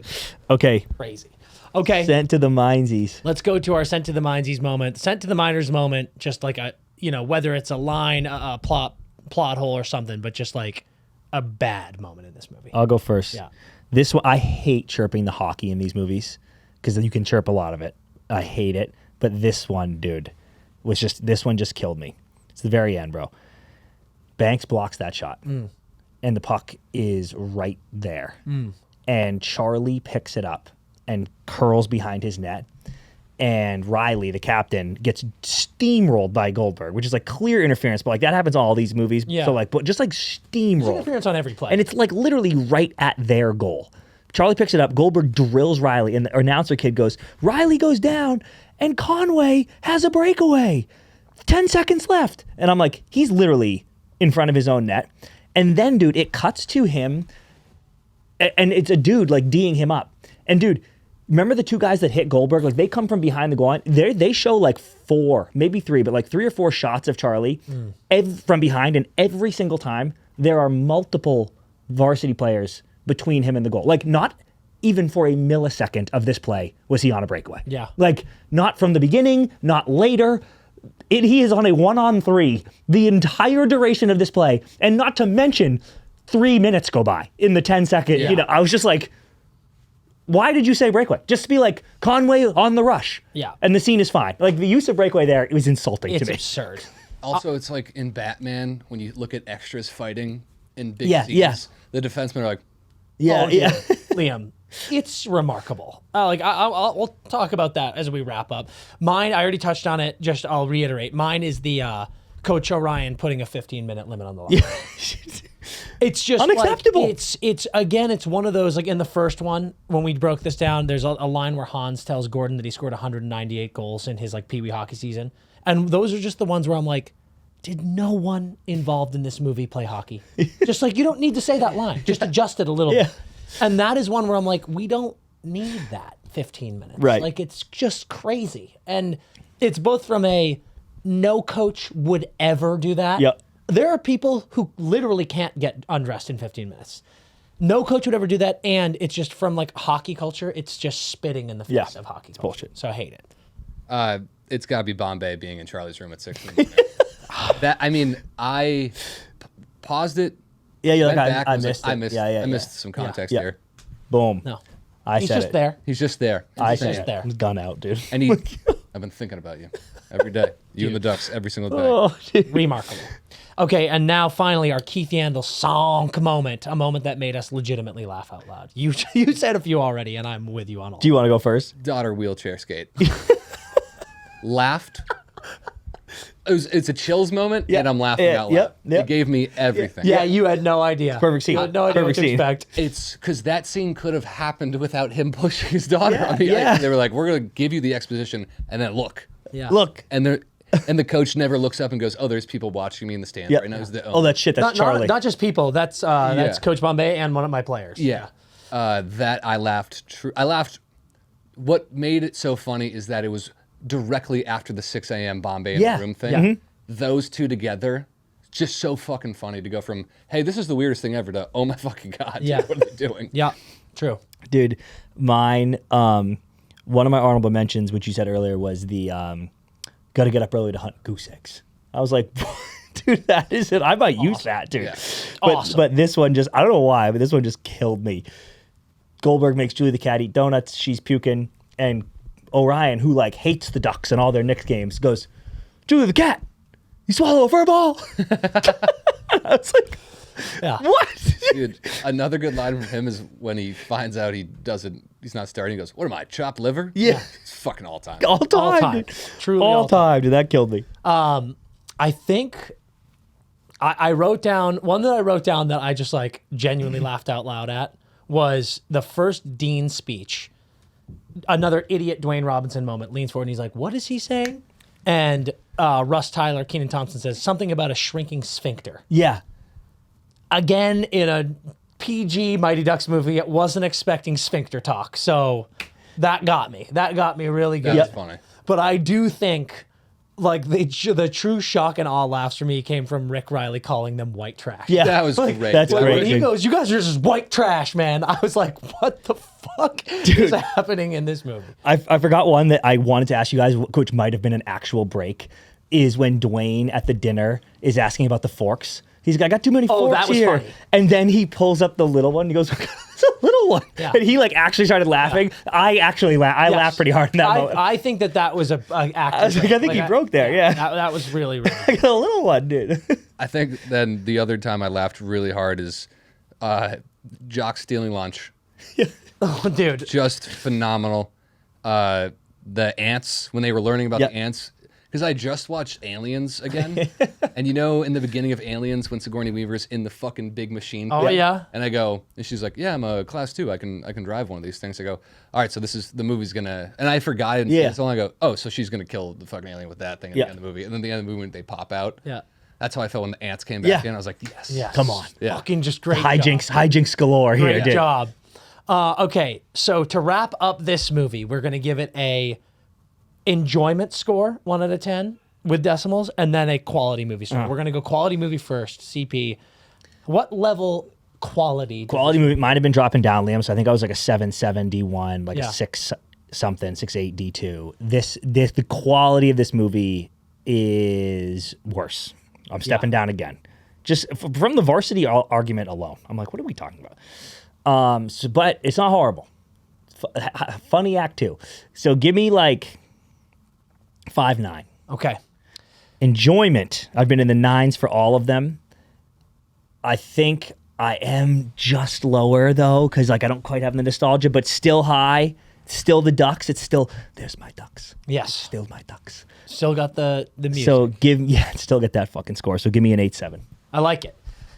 I think quality is just like way low. It's bad. And I think so. I'm gonna go like a 4.8. Oh fuck. But it's that low because watching this movie again, there was so much opportunity with this movie. Like this was a prep school hockey movie. Dude. The actors are older. Like to your point, like they were like actually like, but probably all those actors are probably between like 14 and 17. Some of them have like become very famous. So, Yeah. like, And you know what's continue. Well, I just think with a little more fucking effort from these goddamn producers. Yep. Like shame on every one of the producers of these Yep. Mighty Ducks movies because they're iconic and they could have been even better. Yep. This one specifically, like I know it's a Mighty Ducks movie, I know it's a kid movie, but they had a chance to take a Harry Potter leap. You know, like in the Potter movies when like movie 3 to 4 Yeah, like, leaps, whoa, and you're like, yeah. oh, They like get long hair. yeah, Yeah, they got yeah. long hair. The actors are Time's older. passing. Yeah. They lean into like this could be a little bit older. They could have done that in this movie, but they just like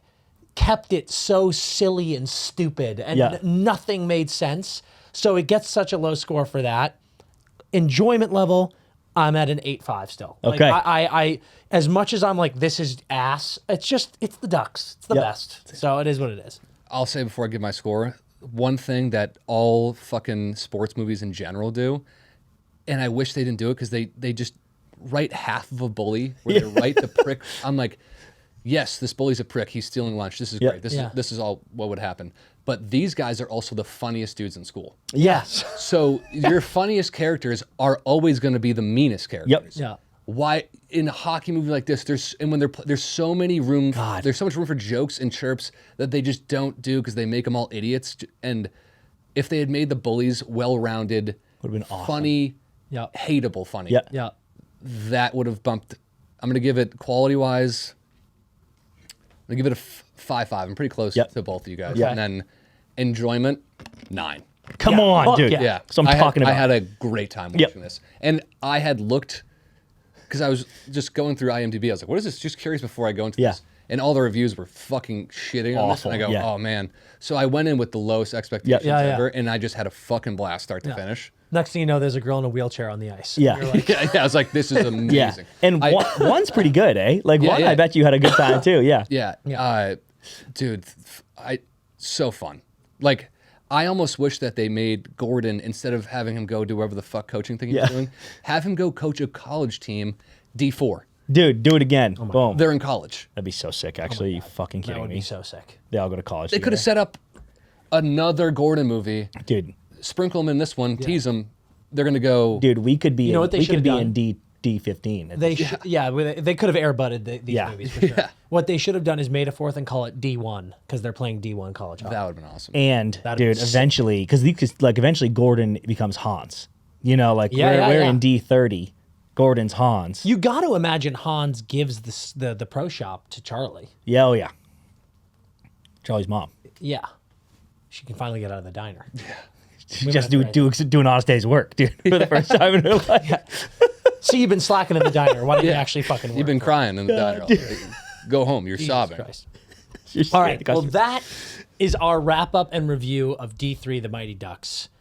Definitely let us know in the comments if we need to take this to other hockey movies because this has been a blast. Liam, thank you for joining us. Thank you. And one more note: the acting in this movie, surprisingly great. Surprisingly- I went in being like, Timing.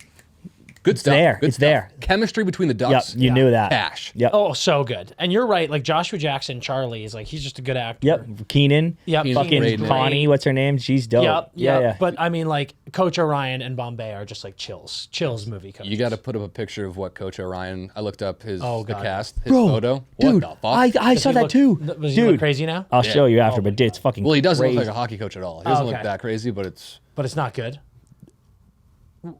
not awesome. Okay. Okay. It's not the Orion I Well, just while saw. you find this picture, Liam, tell all the people where they can find you.